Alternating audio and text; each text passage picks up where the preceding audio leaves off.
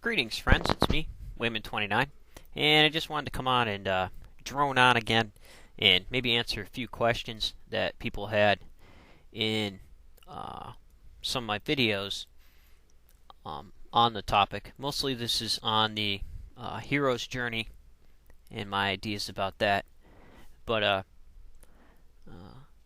great commenter, B88104044, asked, what is my biggest theological difficulty? And that would have to be the Trinity, because the makeup was put into play by Augustine and his text on the Trinity, early church father, and in literature elsewhere, such things don't exist as a motif, unfortunately. I know some atheists are going to kind of like this video, some Christians may not, and vice versa. However, the metaphor is like that. Krishna, who I believe was an incarnate of Indra, did not pray to his Father in heaven. He was Indra, the god in the flesh. There was no Indra in the sky when Krishna was on earth. So it's very interesting how a man god can switch in literature. Also, there was an interesting exchange between Cosmic Jackpot and Ting Tangs. They asked some really good questions about the question that I answered about the sacrifice of Christ and the what was sacrificed, and they didn't think I answered the question, so I elaborated more. And I don't even know if they still got it. His last response was, "You forgot to mention Gandalf, Peter Pan, Little Red Riding Hood."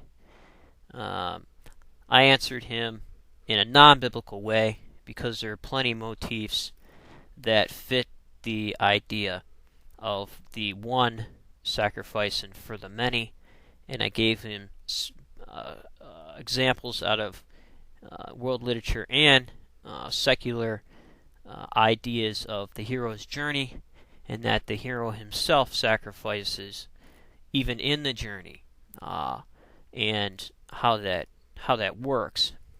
And I'm not claiming to know, and I'm not even saying that this is the correct answer. However, this is almost like a Christian already knowing an answer before they answer the question, and then you give them an answer, and they already have it in their minds that you're wrong, and then they quote some Bible verse and take off. That annoys the heck out of me. And it also annoys the heck out of me when atheists come on, and I answer in a non-biblical way, and I talk about literature in general, and show them examples of the metaphor applying in that way in general. Then they're disappointed that they didn't get to yell at me for not quoting the biblical text. But you have people like that out there. The one for the many, it ends up how we end up eating the god in the sacrifice, or the sacrament of, or the ritual of eating the god.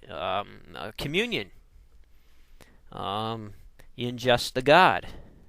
What more can you say about that?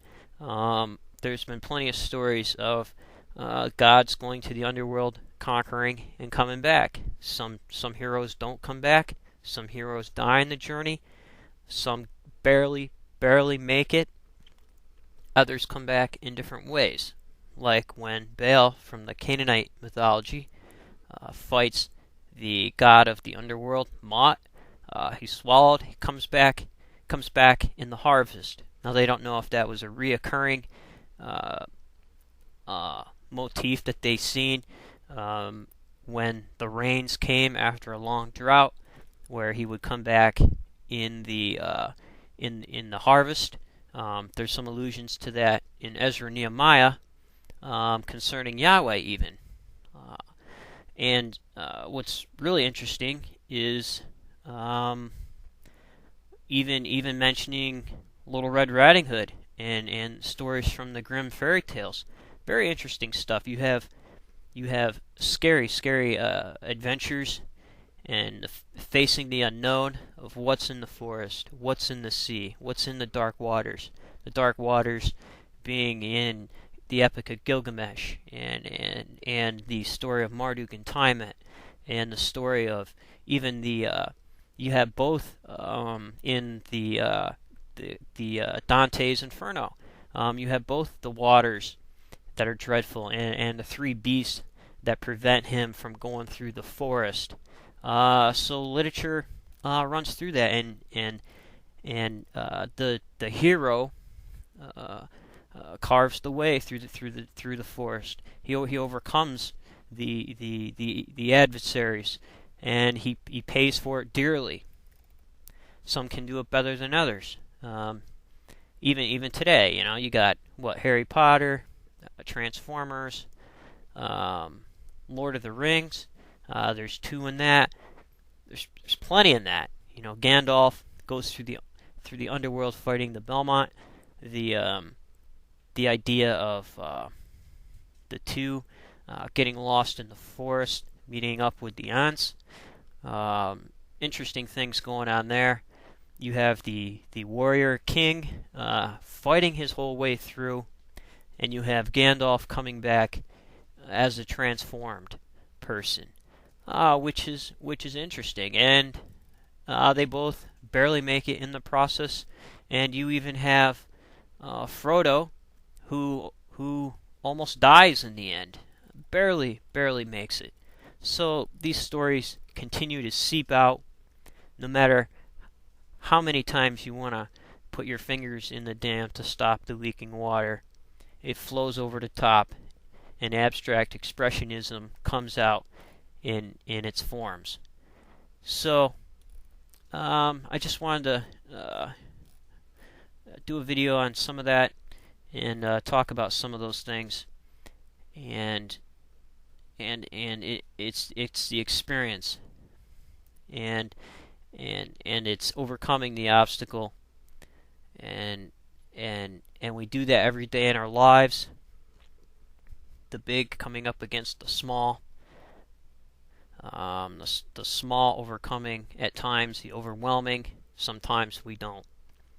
And yeah, these stories might be fables, and they might be told sitting around the campfire, but the metaphor means something, and it definitely impacts how we view ourselves in our society, and our place in society, and our place as we relate to the universe and the things going on around us. And when we don't have answers, these types of motifs stand in as an abstract expression of what we're going through and how we can get to the end when we don't know the answers. That's what a lot of people don't realize. They can be stand-ins or substitutes a lot of the time. So that's just my opinion on some stuff. Take care, YouTubers. Take care of yourself and each other.